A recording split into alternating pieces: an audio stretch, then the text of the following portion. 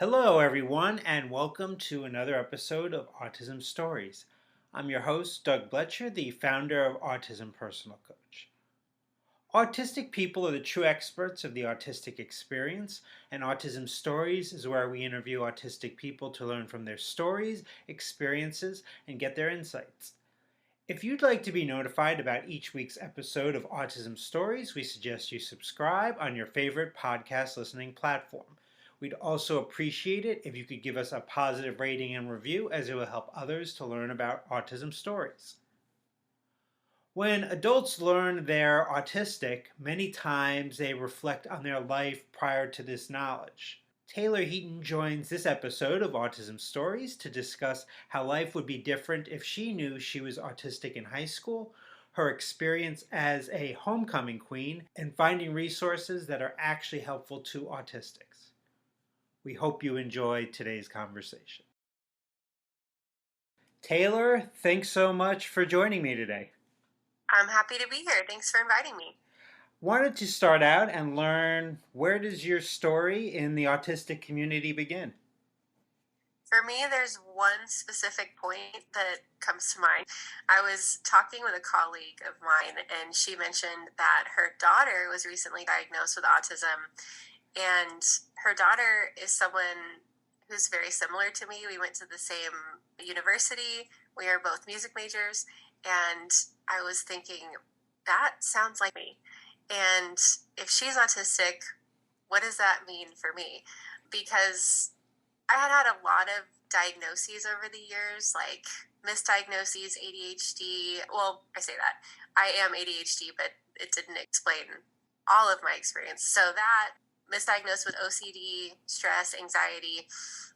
So none of those things really seemed to fully grasp my experience. But when I heard my colleague say this, I said, well, can you tell me more about this? She said, well, there's a lot of copy and paste behaviors. And when she said that phrase, I had never heard that phrase before. And so she started describing, in social situations, she will watch what other people are doing and then do that. And I was in my head, I'm thinking, doesn't everyone do that? And so I didn't really hear anything else that she said to me, because in my head, I went into my thought process where I was trying to put all the pieces together. So for me, that's kind of where this idea was born in my head, that I could be autistic. And from there, I went into autistic research mode, as we're all familiar with, and just learned everything that I could about autism. And that was in 2019, I think. So it's been a few years now.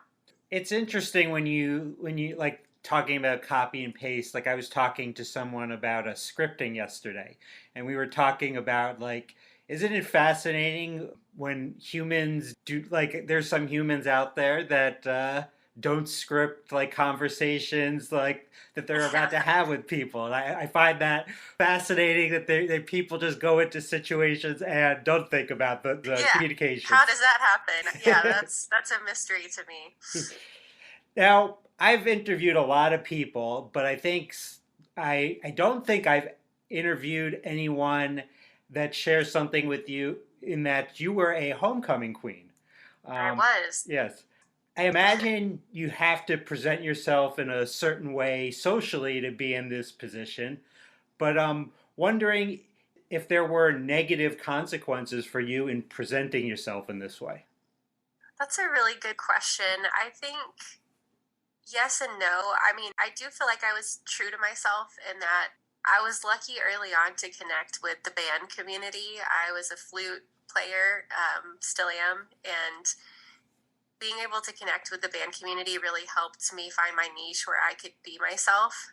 And they really accepted me for who I was, and I feel like they were a big part of the homecoming queen experience, because they all kind of rallied behind me and voted for me. But yes, and even that whole specific process of going through homecoming court and homecoming parades and everything, a lot of masking, because there's so many social events that I didn't necessarily want to be at, but had to be there to represent. So I think for me, it just led to a lot of like internal exhaustion that I tried to write off as like things that everybody experiences. But as we all know, as someone on the spectrum, like it just hits in a different way when you're autistic. Like it's a deeper kind of exhaustion. It's a deeper burnout. It's prolonged recovery time. So that plus on a larger scale, I feel like not just the homecoming queen experience, but masking in general in high school, I think led to a lot of health problems for me. I think I had a lot of internalized stress. I've had issues with my hair falling out a lot over the years. So I think that trying to be okay with all of these things that I thought were, normal social commitments that weren't feeling that way to me, I think I internalized a lot of stress and anxiety that led to the need to be alone a whole lot and deal with some health problems that seemed to come up over time. Now, there's a saying, hindsight equals 2020, something like that. So, looking back at that experience in that time in your life, would there have been things you would have done differently socially if you knew you were autistic then? Yes, and I've thought about this question, and I yes, because I think I know that I love being alone. I love spending time by myself. And I think that that has been kind of frowned upon, especially for girls, especially in high school. You want to be social and you want to connect and you want to be at all the things and make those connections. And I think looking back, I wish I could have just told myself, hey, it's okay to really enjoy time by yourself and to be entertained by yourself. And I would have just let myself kind of chill and not reach out to people when I didn't feel like reaching out to people, and just kind of take time for myself to be in my own little bubble and know that that was perfectly okay. Now, when so many people learn they're autistic, they look for resources that can be helpful to them on their journey. But they aren't always easy to find these resources. So I know you've created lots of resources for our community. What types of resources have been most helpful to you on your journey up to this point? Great question. I modeled some of my resources after those that have been most helpful to me. So I was lucky enough at the beginning of my journey to be paired up with a psychologist who specializes in adult autism, which is not easy to find. They recommended a group therapy session to me that they also ran. This is Dr. Williams with Spectris Psychological. And this group therapy was unlike anything I'd ever experienced before. It was a group of other autistic adults who could finish my sentences, who understood what I was going through. I didn't have to over explain myself. I didn't have to defend myself or justify anything. And I had never it was a type of connection where I just felt like these are my people, and why have I gone so much of my life without knowing my people? That being said, I modeled my autistic community groups after this group therapy, and my community groups are not therapy. I'm not a therapist, but it's more like a group setting where we can all come together through a Zoom meeting. And I teach over a specific topic related to autistic life. And we have the opportunity to discuss that together. I give everybody the opportunity, if they want to, they can participate with audio and visual, just audio, or they can just use the text box on the side, because I know that we all have varying communication abilities. So the group, connecting to a group of like-minded people who understand your experiences, there's nothing like it. And I feel like that is like the number one resource that has been helpful for me. And so now I'm trying to recreate that and offer that to the community.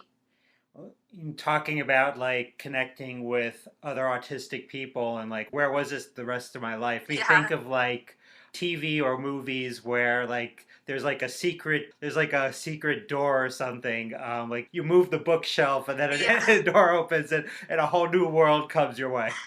Like it's been here the whole time. Yes. Yeah, now, now exactly.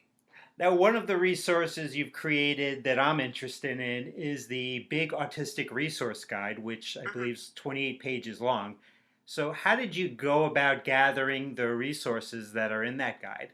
That's a great question. So I had a few of my own, again, from the frenzied autistic research phase when I was putting together a lot of resources for myself.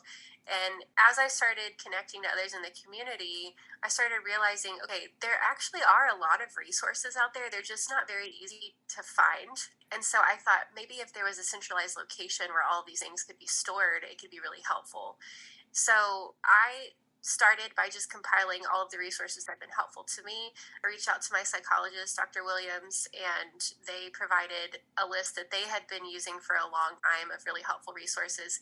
And then I opened it up to the community, my social media pages, and I created an email address, submissions@momonthespectrum.life, where anybody can submit an autistic business, product, resource, whatever it might be. You can submit it. It does not cost anything to be featured in the guide.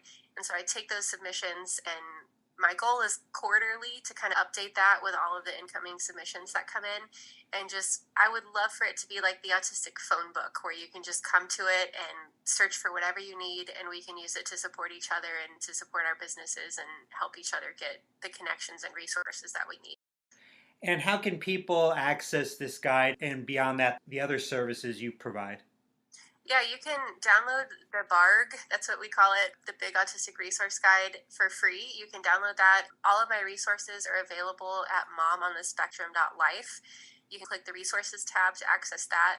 If you're interested in the community groups or one-on-one coaching, you can, same website, momonthespectrum.life, but click on the coaching tab. Now, when people go to your website, in addition to the resources and services you provide, there's also a merch store that I saw. Yeah. And I was really particularly interested in one of the T-shirts that when I was, you click on the merch store and you just kind of looking through things. But one of the T-shirts made me laugh out loud when I saw it, which is "End Small Talk." So I'm, Yeah. I'm sure many of our listeners can relate to this sentiment, including myself. But for you, what is it that's stressful or frustrating about small talk? Small talk to me, it's so intimidating because I feel like I will try so hard to think of one thing, one piece of small talk, like, well, it's really a nice day today, right? And then they'll be like, yeah. And then it's like, then you're in the same place you were in before. Then you have to think, it's like, there's so many non sequiturs I think that's what drives me the most crazy. There's so many non sequiturs that it's like just this little piecemeal conversation that doesn't, like, I want to know you. I want to know Mhm. what you're going through and I want to connect. And I feel like there's such a lack of connection and personal understanding involved in small talk. It just drives me nuts. It drives me nuts. I 100% agree. For me, it's about the connection. Like, yeah, sometimes I don't know what to say, but even like when I will say something and try to like push for that connection, a lot of times it's met with like silence. All right, I guess we're moving on. This was not what I was hoping for, but Yeah, exactly. so before we end our conversation, I wanted to talk to you a little bit about your life away from the autistic community. You're married to someone who isn't autistic, which makes me think about communication and communicating with a partner that isn't on the spectrum. So, are there suggestions you have for autistics out there for communicating with their partner that isn't autistic? Sure. I think it's interesting. For some reason, I feel like commonality among people on the spectrum, and this is a generalization, but a lot of times we expect other people to kind of read our minds or know what we're thinking. I think we have become really adept at that because we get used to picking up on others' body language and kind of trying to predict what's going to happen. So we're really good at that. But a lot of times, especially neurotypicals, again, generalization, are not as great at this. So it's always important to almost sometimes, especially if you feel stuck in a conversation, communicate your stream of conscious. So, what's going on? How are you feeling? What are you thinking? You can even say, I'm not really sure why I'm feeling upset right now, but I'm feeling upset and I might just need to pause and take a break. So, we have that delayed processing. You don't necessarily have to understand what you need in the moment, but at least being able to say, hey, I need to take a break. Let me pause. It doesn't have anything to do with you. I just need a moment to kind of put my thoughts together. So, obviously, that's going to vary depending on your communication ability, especially if you're in shutdown or meltdown, you might go nonverbal. If this is the case, my suggestion would be to have these open conversations with your partner in times that aren't stressful. Just in regular times, you can say, hey, I know my tendencies in stressful times are to shut down and not be able to speak. Here's what you can expect. Here's what I need. So I think a lot of it is kind of advanced planning and just having that open communication with your partner to say, hey, this isn't necessarily about you or anything that you're doing wrong. It's just these are my own personal needs, and this is how you can help me in those times. Makes sense. Well, Taylor, I really appreciated the conversation. I'm definitely going to have to buy one of those End Small Talk t-shirts Yeah. as soon as possible. Thanks for making time and talking with me today.